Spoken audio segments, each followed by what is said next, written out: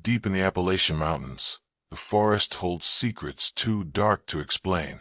Strange lights in the hollows, creatures that move in silence, and cursed places where even animals refuse to go. Tonight, you'll hear true accounts from people who faced the unexplained. These aren't stories. They're real encounters that will make you think twice before wandering alone in the mountains. These videos take a lot of time and dedication to create. If you want to support my efforts, the best way is to like, share, and subscribe. It really means a lot. Your support helps keep these chilling tales alive. And don't forget to comment below and let me know where you're listening from. Okay, if you're ready, let's step into tonight's terrifying stories.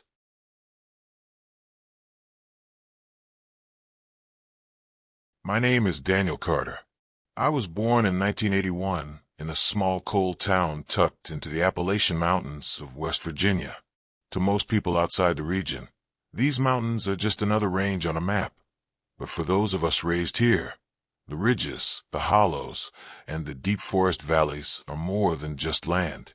They carry stories, memories, warnings, and sometimes shadows that do not belong to the daylight world. I grew up with the mountains as both a playground and a teacher. When I was a boy, my grandfather used to take me on long walks through the woods. He taught me how to read the moss on trees, how to tell when a storm was coming by the smell in the air, and how to listen for the difference between a deer moving through leaves and something else. He was not a superstitious man, not in the way some old-timers were, but he believed that certain places carried weight. He told me to respect them, to never mock the stories, and to trust the instincts that told me when to turn back. One of those places was Black Hollow. Black Hollow was not on any official hiking maps. It was more of a local path, a narrow trail that branched off from an old logging road and slipped down into a shaded valley between two steep ridges.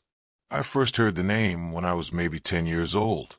My grandfather pointed to the mouth of the hollow one autumn evening as the sun was going down. The trees there were darker, the shadows thicker, and even as a child I could feel a sort of pressure in the air. He told me never to go there after dark. When I asked why, he just said, "Some lights are not meant to be followed." As I got older, I heard bits and pieces of local lore. People talked about strange lanterns that would appear in the hollow at night. Some said they belonged to miners who had died in cave-ins generations earlier. Others said they were something older, something that had been here before the coal camps and the roads. I didn't take those stories too seriously.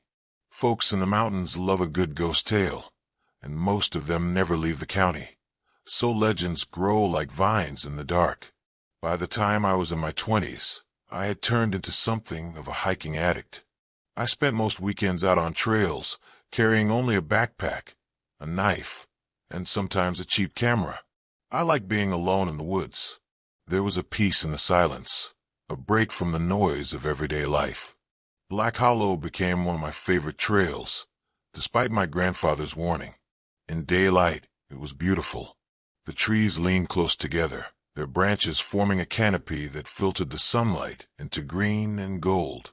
The air always seemed cooler there, as if the hollow carried the memory of winter even in July.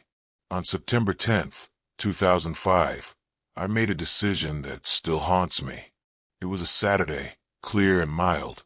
I left early in the morning, parking my truck on the side of the logging road and starting down the trail with just a flashlight, a bottle of water, and a knife. I wasn't planning an overnight trip, just a long day hike to clear my head.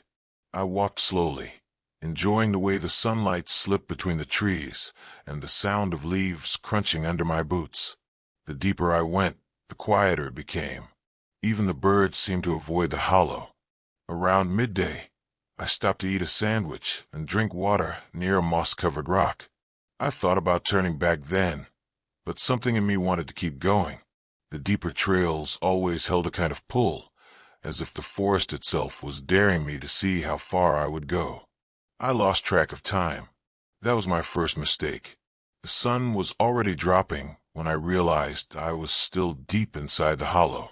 The sky was streaked orange through the canopy, and shadows stretched long across the trail.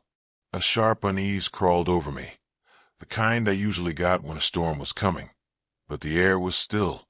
I remember my grandfather's warning, and for the first time it echoed in my mind with weight. Never be in Black Hollow after dark. I turned on my flashlight as the last light drained from the sky. The beam looked weak against the darkness pressing in. The forest at night is never silent, but that evening it was as if the entire hollow was holding its breath. No crickets, no owls, not even the distant sound of water. Just silence so deep it made my ears ring. That was when I saw the light. At first it was faint, just a glow far down the trail. I thought maybe it was another hiker with a lantern. Relief touched me for a moment.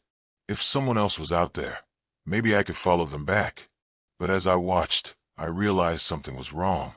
The glow didn't sway like a lantern carried by hand. It pulsed faintly, as if breathing. It floated a few feet above the ground, moving steadily forward without sound. I froze. My flashlight shook in my hand, the beam trembling across the trees. The light ahead seemed to pause too, almost like it knew I was watching.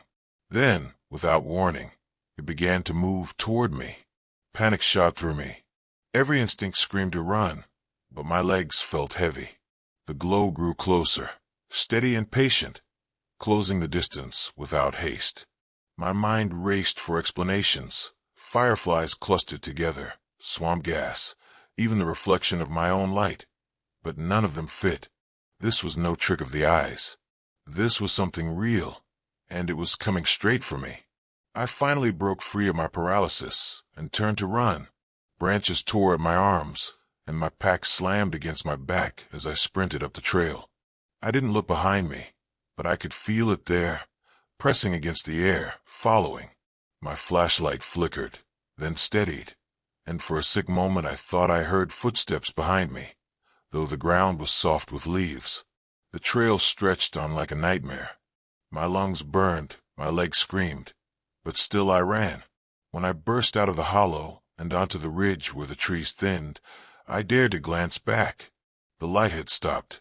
It hovered at the edge of the hollow, flickering faintly like a candle in the wind. It didn't cross into the open, almost as if the hollow itself was its prison. Slowly it began to fade, dissolving into the dark until only the memory of its glow remained. I stumbled the rest of the way to my truck, shaking, drenched in sweat. I sat there with the doors locked for nearly an hour before I could bring myself to drive away. But the story didn't end that night. In the days that followed, I couldn't shake the memory. I saw the glow every time I closed my eyes. I dreamed of being pulled into the hollow, of walking endlessly toward a light I couldn't escape. I avoided the woods for weeks, but the pull of the mountains is strong, and finally I started asking questions. I spoke to an older neighbor, a man in his 70s who had lived his whole life in the county. When I mentioned Black Hollow, his face tightened. He told me people had been seeing the lantern for as long as anyone could remember. Some believed it was a miner lost in the 1800s, searching for a way out. Others believed it was not human at all, but something that lured wanderers deeper into the dark, where they disappeared forever. He said a few hunters had gone missing there over the years. Their bodies were never found. I tried to brush it off, but the fear clung to me. Nights became hard. I would wake up drenched in sweat, convinced I had seen a glow outside my window. Once, driving home late, I caught a flicker of light in the trees along the road and nearly ran off into a ditch. I never went back to Black Hollow. Even now, almost 20 years later, the memory sits in me like a stone. When I think about that night, about the way the light moved toward me in total silence, my skin crawls. I wonder what would have happened if I had stood my ground. Would it have reached me? Would I have followed it deeper into the hollow, never to be seen again? Some lights are not meant to be followed, and I know, without doubt, that my grandfather was right. The legend of the Lantern of Black Hollow fits into a wider Appalachian tradition of what locals call spook lights or ghost lights. Across the mountain regions of the United States, from the Ozarks to the Smokies, There have been countless reports of mysterious floating lights, sometimes white, sometimes blue, sometimes like a dim lantern glow, that move without a clear source. Some scientists believe these lights could be caused by natural gas seeping from the ground, swamp gases igniting in the air, or even strange reflections from headlights in the distance. But people who grew up in the Appalachians know that not every story can be explained by science. The lights appear in places far too deep in the forest, with no roads or cars anywhere near them. They appear in front of lone travelers, often in near total silence. And more chillingly, many people claim the lights don't just float randomly. They seem to move with intent, as if leading, or even luring. In Daniel's case, the light did not behave like any natural phenomenon. It hovered at a human height, pulsed faintly as if alive, and stopped when he stopped. It seemed aware of him. It pursued him only as far as the hollow itself, vanishing once he escaped the boundaries of that place. This suggests the light is tied to the land, or perhaps to something that happened there long ago. Some locals believe it is the spirit of a lost miner searching endlessly for a way out. Others whisper that it is something older, a presence that predates coal mining and even settlement in the area, a kind of forest trickster that leads travelers astray. In Appalachian folklore, there are many stories of will-o'-the-wisp type lights that tempt wanderers deeper into danger, never to be seen again. What makes Daniel's account so unsettling is not just what he saw, but how he describes the silence, the weight in the air, and the way the forest itself seemed to stop breathing while the light appeared. For him, it was not just a trick of the eyes, but a living presence, something that watched him, measured him, and ultimately let him go. The unanswered question lingers. What would have happened if he had not run? Would the light have led him deeper into the hollow, until he too became another name whispered in local stories of disappearances? Or did he survive only because he respected his instinct and his grandfather's warning, escaping just in time? In the end, the story of the lantern on Black Hollow Trail remains unresolved. It is part of the living folklore of the Appalachians, half warning, half mystery, and perhaps that is the most chilling truth of all.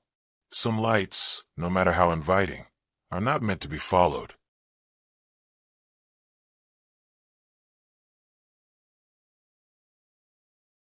My name is Thomas Reed.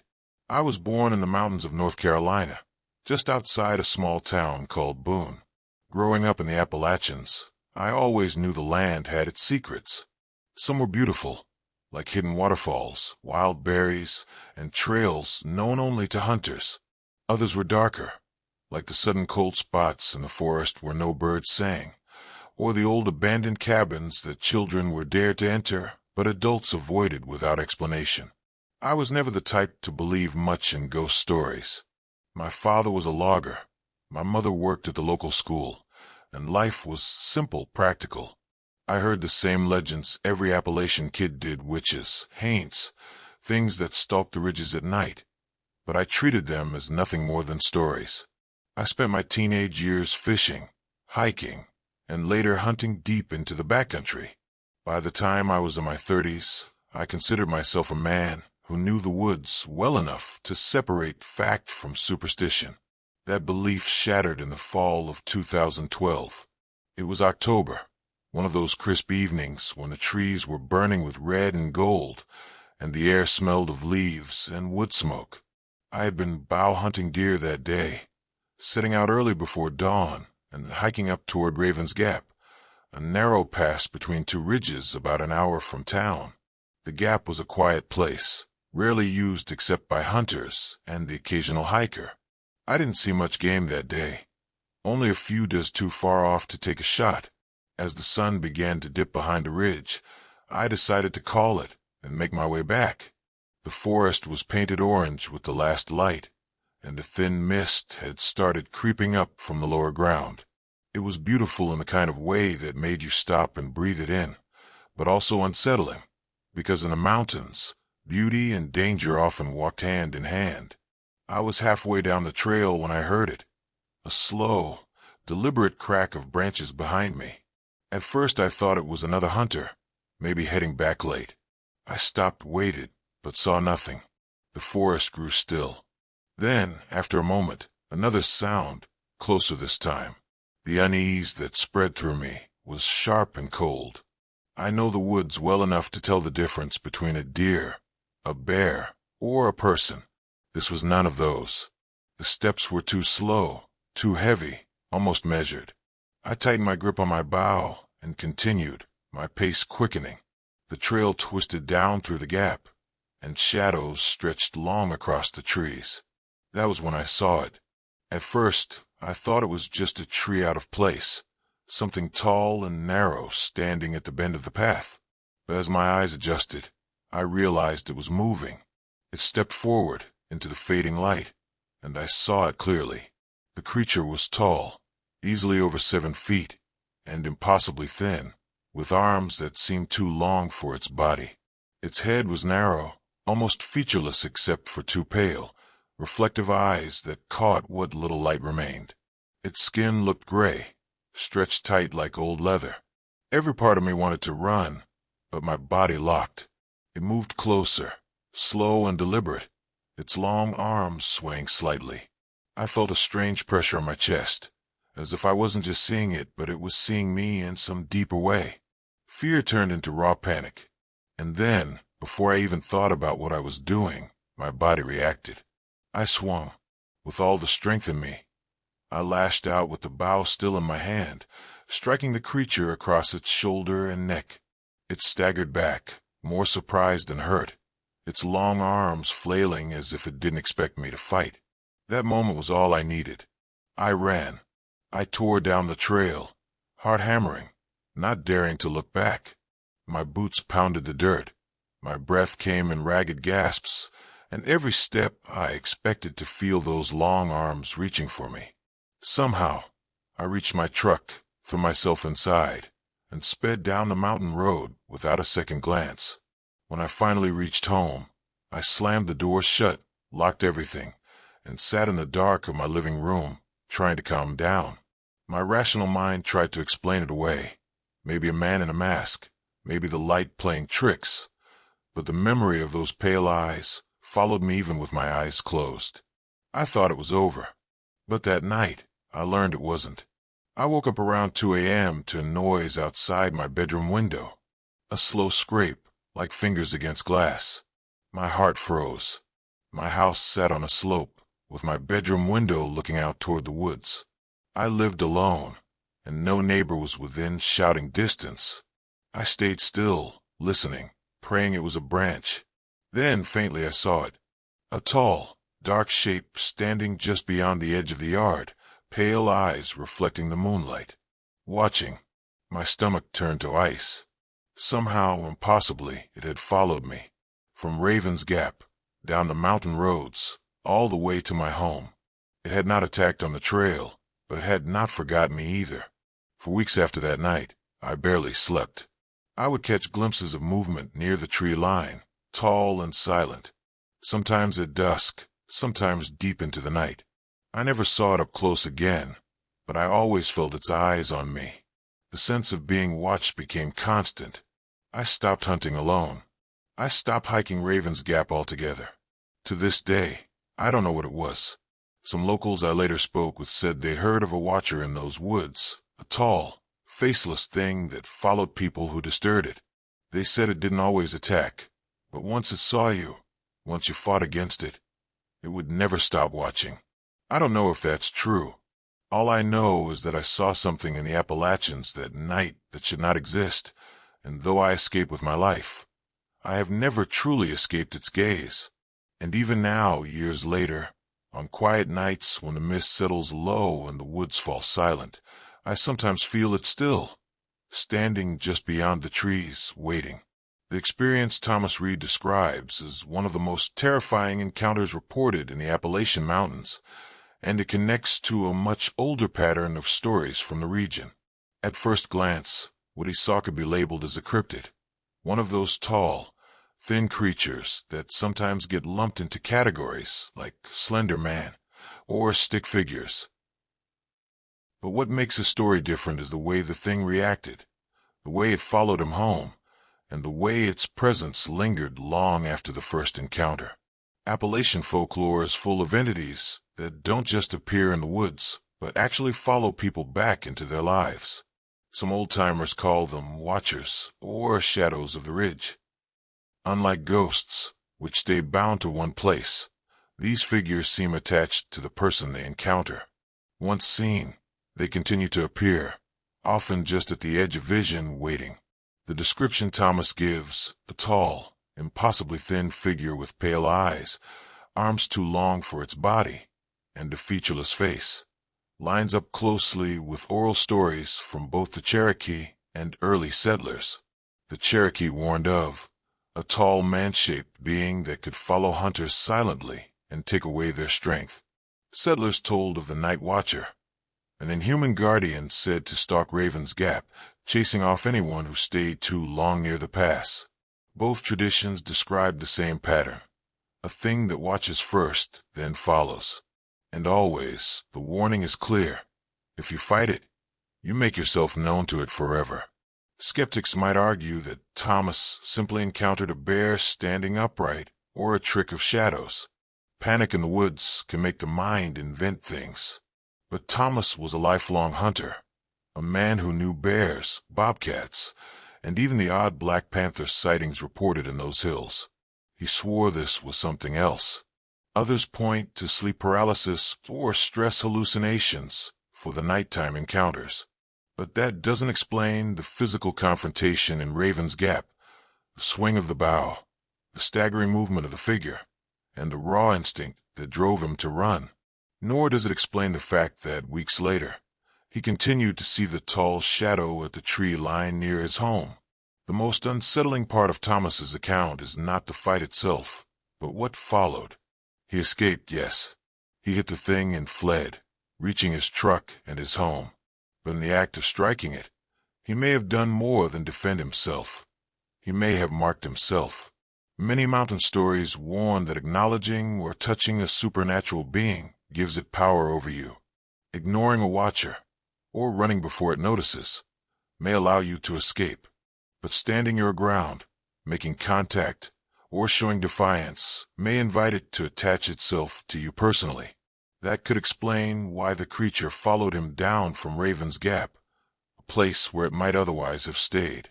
In hitting it, Thomas didn't drive it away. He drew its attention forever.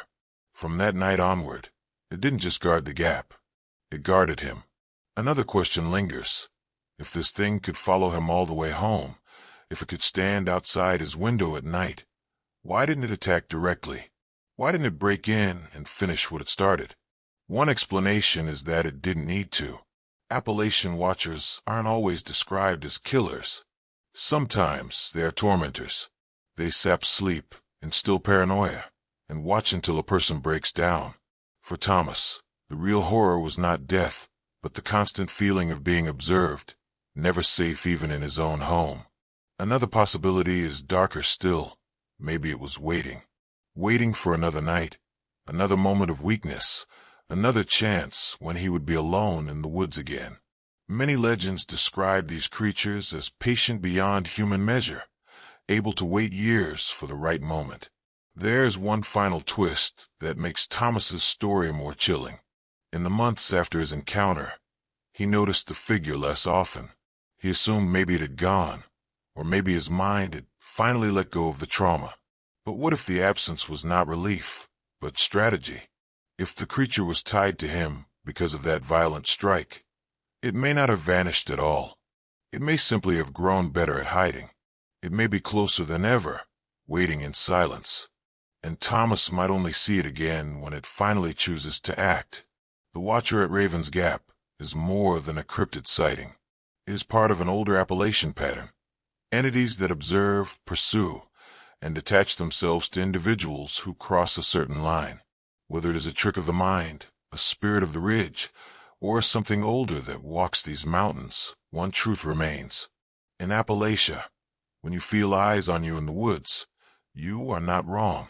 Something is watching, and sometimes, if you acknowledge it, if you swing at it, fight it, or even look too long, it will follow you home.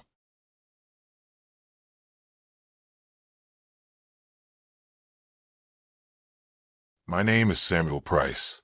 I was raised in the Appalachian Mountains, near a little hollow in western North Carolina. I spent most of my life in those woods, walking old trails, hunting, fishing, and working odd jobs in nearby towns. People always said I was a mountain boy through and through. And I was proud of that. I knew the hills, the streams, and the ridges better than most people I met. I knew the sound of an owl from a mile off, the way fog rolled down the valleys at dawn, and how to read the weather by the smell of the air. The mountains raised me. But even though I knew the land, I didn't always know what lived in it. This story happened in the late fall of 2012. I was 34 years old at the time, living in a small cabin near Ashburn Creek. My cabin was isolated, no close neighbors, no streetlights, no noise except the steady rush of the creek out back. I liked the peace, but sometimes peace can turn to silence, and silence can turn to something far worse. What I'm about to share is not a campfire tale. It is not something I made up to scare you. It is what I lived, and I don't tell it lightly. Even now, years later, when I close my eyes at night, I see them again, those hollow eyes in the dark. Ashburn Creek was a shallow, rocky stream that wound down to the holler behind my cabin. It was good for fishing trout in the spring, and its cold water made for a refreshing place to dip your feet in the summer. But by fall, when the leaves turned red and gold, the creek took on a different feel. The trees along the bank leaned in close, their branches almost knitting together over the water. Fallen leaves clogged the current, making a soft sound like whispers. The whole place seemed heavier. Folks in town said Ashburn Creek had a bad reputation. Hunters didn't like to track deer near it. Fishermen said the trout swam funny, like they were sick. Hikers who came through swore they felt watched, even in daylight. My uncle once told me flat out, "Don't stay too close to that creek after sundown. Things walk there that ain't people." I brushed it off, the way younger men do. But deep down, I always noticed how the animals stayed clear of the creek in the evenings. The woods would go quiet there, too quiet. That silence is what started my story. It was late October, the air crisp and sharp. I had just finished stacking firewood beside the cabin, getting ready for the colder nights ahead. The sun dipped behind a ridge around 6, leaving the valley already dim. I went inside, cooked myself a small dinner, and settled down with a book. By 9 o'clock, the woods outside were black. That's when I noticed it, the silence. Normally, the creek behind my cabin made a steady gurgling sound, broken now and then by frogs or crickets. But that night it was dead still. No frogs, no crickets. Even the water seemed muted. I put my book down and listened hard. That's when I heard it. A faint sound, almost like breathing. Not close, not in the room, but out there, near the creek. It was heavy, slow, dragging in and out. I stood, my heart thumping, and turned off the lantern.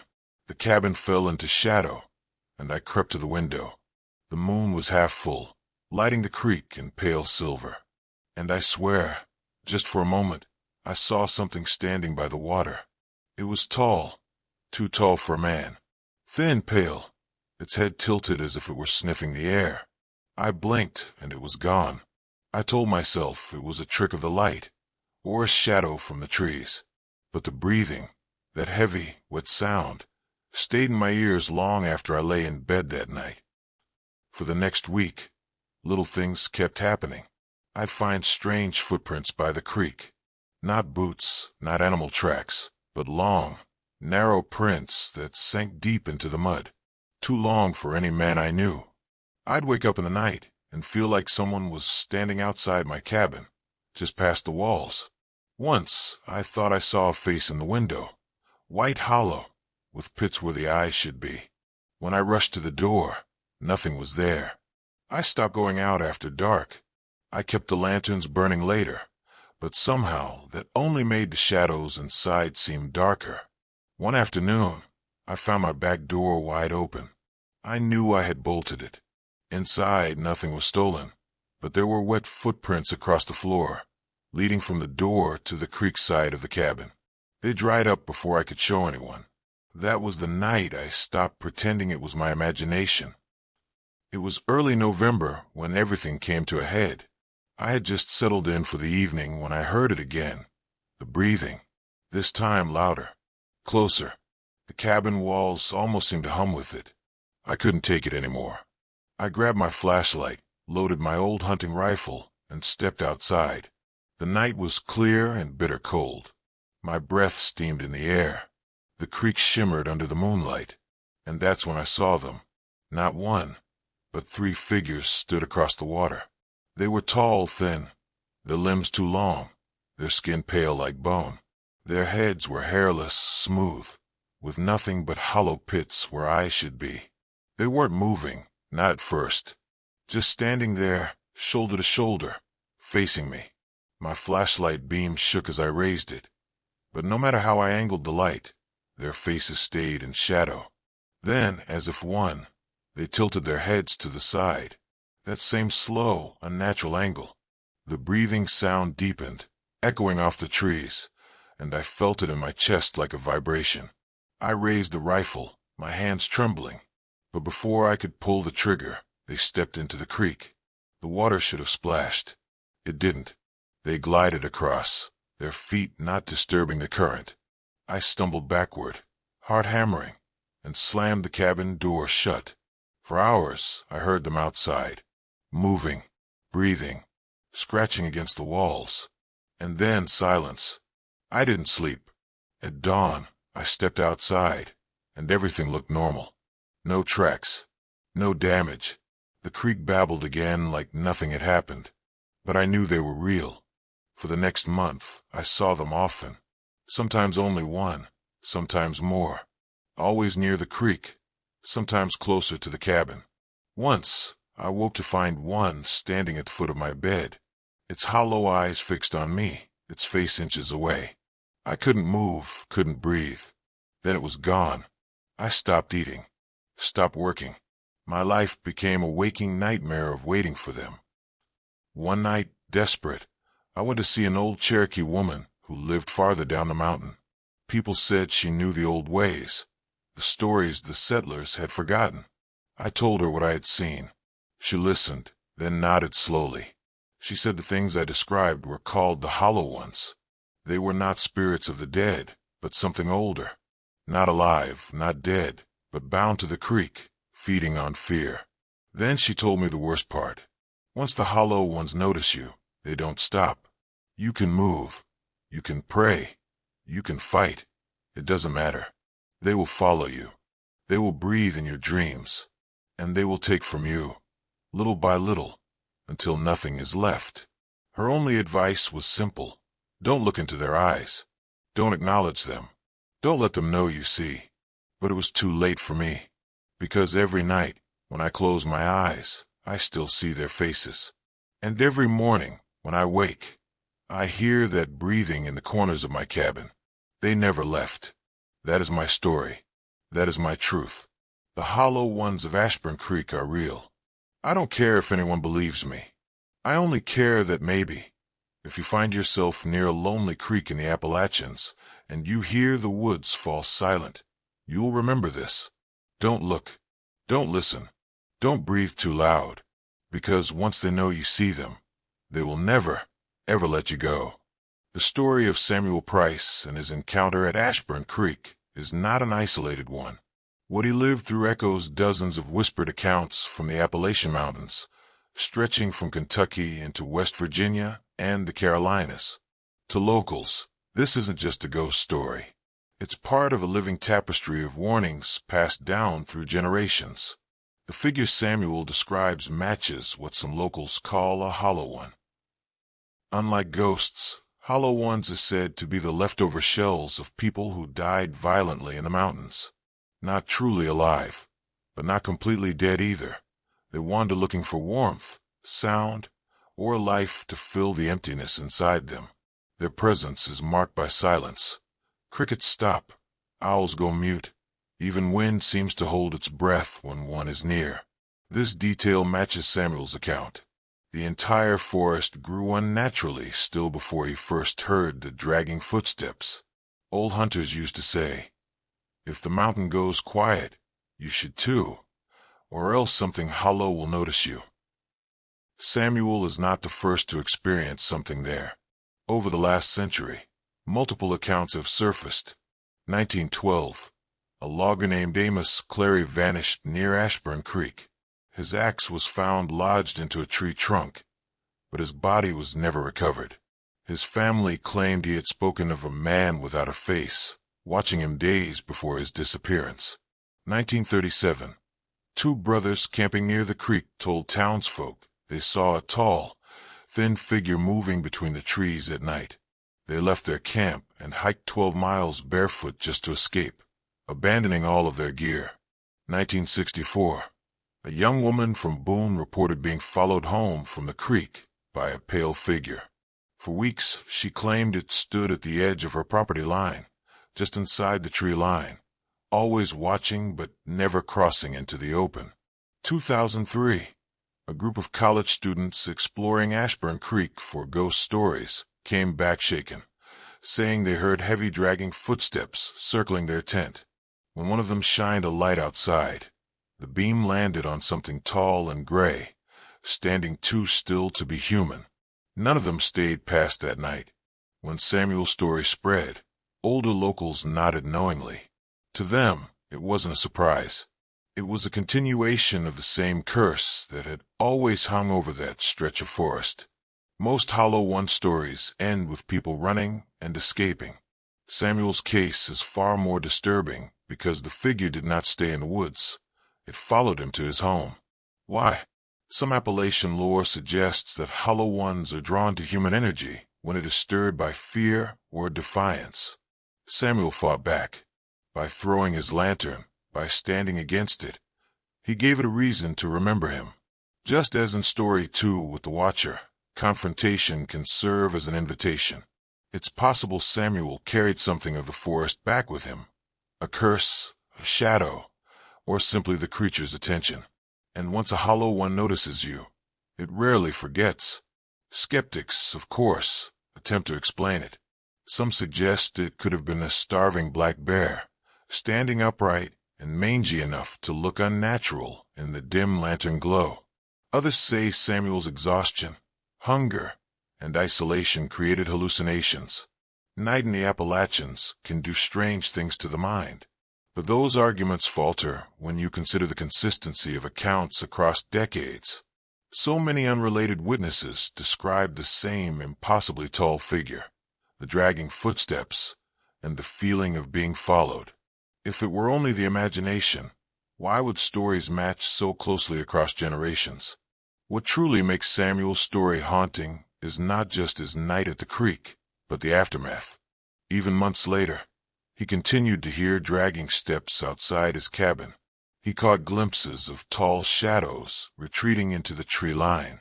He woke from nightmares, certain something was just outside the window. And he was not alone. Some of his neighbors claimed the two began noticing strange silences in the forest, or seeing a pale shape on the ridge at dusk. It was as if, by encountering Samuel, the Hollow One had grown stronger or hungrier. The most disturbing possibility is this. Perhaps Hollow Ones are not bound to one place at all. Perhaps they can spread, attaching themselves to anyone who dares to confront or even acknowledge them. If so, Samuel may not have been the only one marked. The Appalachian Mountains are not just wilderness. They are old, heavy with stories and spirits. Places like Ashburn Creek hold a darkness that refuses to fade, fed by every death, every disappearance, and every frightened step taken in their shadow. Samuel Price survived his encounter, but survival doesn't always mean escape. Sometimes, it means carrying the presence with you. Sometimes, it means looking over your shoulder for the rest of your life, listening for footsteps that don't belong. And if the Hollow One truly followed him home, then the story does not end with Samuel. It waits, patient and silent, for the next person to wander too deep into those woods. You made it to the end, but remember, The story doesn't always end when the video does. If you'd like to support the channel, please like, share, and subscribe. We'll meet again. Until then, take care.